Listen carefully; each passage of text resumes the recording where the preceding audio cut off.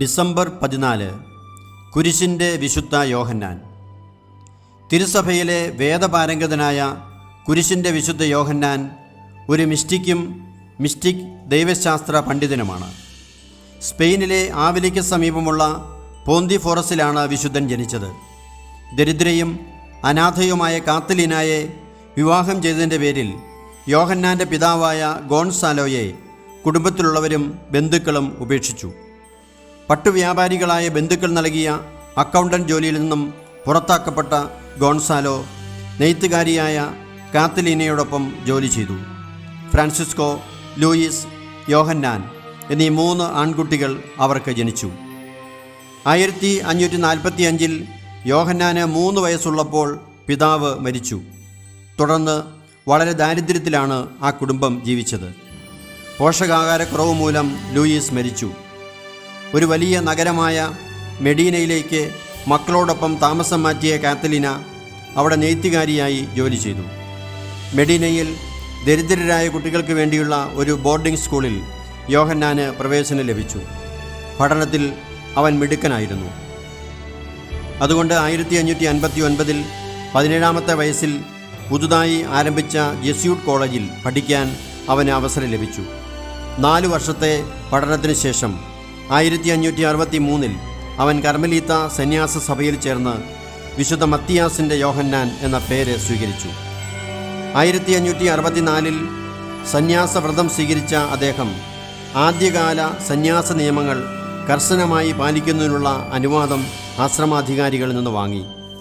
വളരെയേറെ മാറ്റങ്ങൾ വരുത്തിയ ലളിതമായ സന്യാസ നിയമങ്ങളാണ് മറ്റുള്ളവർ അനുസരിച്ചിരുന്നത്. തുടർന്ന് അധികാരികൾ അദ്ദേഹത്തെ ദൈവശാസ്ത്രവും തത്വശാസ്ത്രവും പഠിക്കുന്നതിനായി സാലമാങ്കയിലെ പ്രശസ്തമായ സർവകലാശാലയിലേക്ക് അയച്ചു. അവിടെ മികച്ച രീതിയിൽ പഠനം പൂർത്തിയാക്കിയ യോഹന്നാന് കർശന നിയമങ്ങളും ആഴമായ ആത്മീയതയുമുള്ള കാർത്തൂസിയൻ സഭയിൽ ചേരണമെന്ന ആഗ്രഹമുണ്ടായി. 1567 അദ്ദേഹം പൗരോഹിത്യം സ്വീകരിച്ചു. ആദ്യത്തെ പരിശുദ്ധ ബലി അർപ്പിക്കുന്നതിനായി യോഹന്നാൻ മെഡീനയിലെത്തി.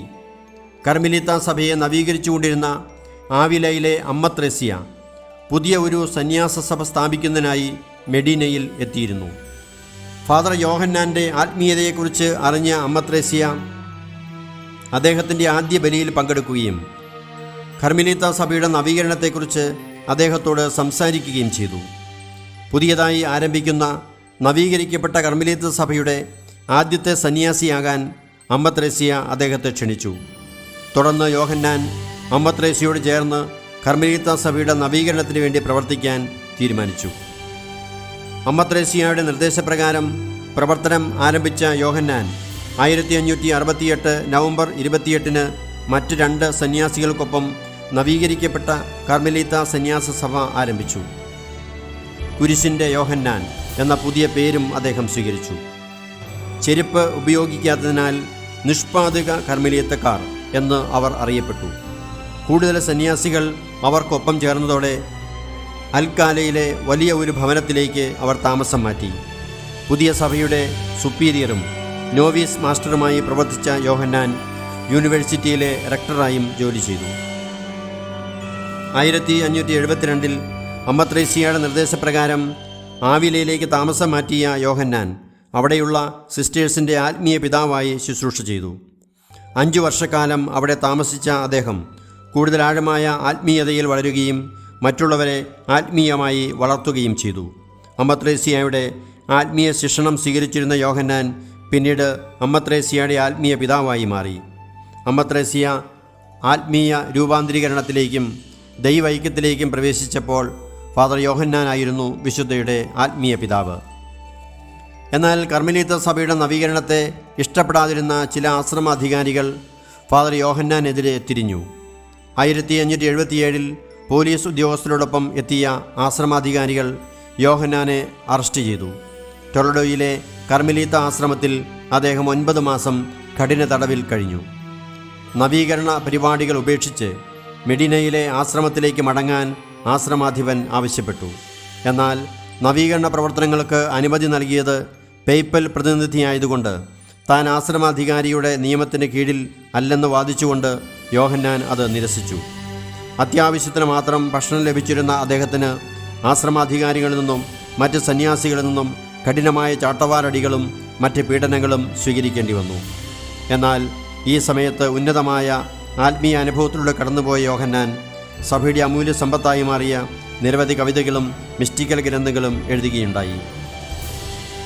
1578 അത്ഭുതകരമായ ദൈവിക ഇടപെടലിലൂടെ തടവറയിൽ നിന്നും രക്ഷപ്പെട്ട യോഹന്നാൻ ടൊലഡോയിലെ അമ്മത്രേസ്യയുടെ ആശ്രമത്തിലെത്തി.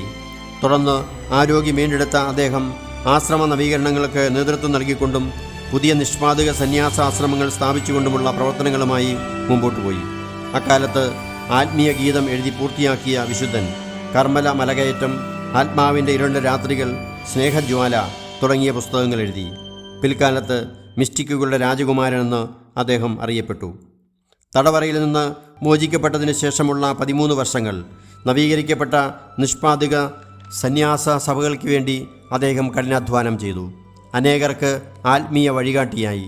ദൈവവുമായുള്ള ആത്മാവിൻ്റെ ഒന്നാകൽ അനുഭവിച്ചുകൊണ്ട് ആത്മീയ ജീവിതത്തിൻ്റെ ഉന്നത തലത്തിൽ അദ്ദേഹം എത്തി. അദ്ദേഹത്തിൻ്റെ കർശന നിലപാടുകൾ മൂലം സ്വന്തം സന്യാസ സമൂഹത്തിൽ തന്നെ അദ്ദേഹത്തിന് നിരവധി ശത്രുക്കളുണ്ടായി. ഒരിക്കൽ കുരിശു വഹിച്ചു കൊണ്ടുപോകുന്ന ഈശോയുടെ രൂപത്തിനു മുമ്പിൽ നിന്ന യോഹന്നാനോട് ഈശോ സംസാരിച്ചു. നീ എനിക്ക് വേണ്ടി അധ്വാനിച്ചതിനും സഹിച്ചതിനും എന്ത് സമ്മാനമാണ് വേണ്ടത്? യോഹന്നാൻ ഇങ്ങനെ മറുപടി പറഞ്ഞു, നിനക്കായി കൂടുതൽ സഹിക്കാനും നിന്ദിക്കപ്പെടാനും ഞാൻ ആഗ്രഹിക്കുന്നു. തുടർന്ന് തൻ്റെ സഹസന്യാസികളോട് അദ്ദേഹം പറഞ്ഞു, ഞാൻ കൂടുതൽ സഹിക്കുന്നതായി കണ്ടാൽ നിങ്ങൾ വിഷമിക്കേണ്ട. തുടർന്ന് സഭയിൽ പല പ്രധാന പദവികളും വഹിച്ചിരുന്ന യോഹന്നാൻ ഒരു സാധാരണ സന്യാസിയായി മാറി. 1591 സെപ്റ്റംബറിൽ വലതുകാലിൽ വ്രണങ്ങളുണ്ടായി. വിശ്രമത്തിനും ചികിത്സയ്ക്കുമായി യോഹന്നാൻ തിരഞ്ഞെടുത്തത് തന്നോട് ശത്രുത പുലർത്തിയിരുന്ന മഠാധിപതിയുടെ ആശ്രമമാണ്. അവിടെ കൂടുതൽ സഹിക്കേണ്ടി വരും എന്ന് അദ്ദേഹത്തിന് അറിയാമായിരുന്നു. ശരീരത്തിൻ്റെ വിവിധ ഭാഗങ്ങളിൽ പുതിയ വ്രണങ്ങളുണ്ടായി.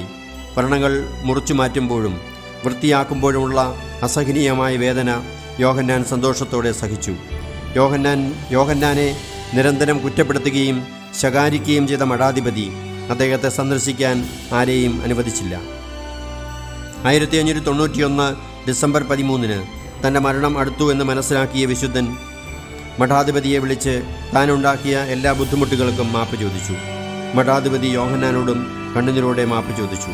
രാത്രി 12 മണിക്കുള്ള യാമപ്രാർത്ഥനയ്ക്കായി മണിയടിച്ചപ്പോൾ വിശുദ്ധൻ പറഞ്ഞു, ഞാൻ ഇനി സ്വർഗത്തിലെത്തി പാട്ടുകൾ പാടിക്കൊള്ളാം. ഒരിക്കൽ കൂടി ക്രൂശിത രൂപം ചുംബിച്ചുകൊണ്ട് അദ്ദേഹം പറഞ്ഞു, അങ്ങയുടെ കരങ്ങളിൽ ഞാൻ എൻ്റെ ആത്മാവിനെ സമർപ്പിക്കുന്നു. 1591 ഡിസംബർ 14 തുടക്കത്തിൽ ഉബൈദയിലെ ആശ്രമത്തിൽ വെച്ച് 49ാമത്തെ വയസ്സിൽ കുരിശിൻ്റെ വിശുദ്ധ യോഹന്നാൻ സ്വർഗത്തിലേക്ക് യാത്രയായി. ഉബൈദയിലെ ആശ്രമത്തിൽ സംസ്കരിച്ച വിശുദ്ധൻ്റെ അഴുകാത്ത ശരീരം പിന്നീട് സെഗോവിയയിലെ ആശ്രമത്തിലേക്ക് മാറ്റി. നൂറ്റാണ്ടുകൾക്ക് ശേഷവും വിശുദ്ധൻ്റെ ശരീരം അഴുകിയിട്ടില്ല. 1675 വാഴ്ത്തപ്പെട്ടവനായി പ്രഖ്യാപിക്കപ്പെട്ട കുരിശിൻ്റെ വിശുദ്ധ യോഹന്നാനെ 1726 വിശുദ്ധനായും 1926 വേദപാരംഗതനായും പ്രഖ്യാപിച്ചു.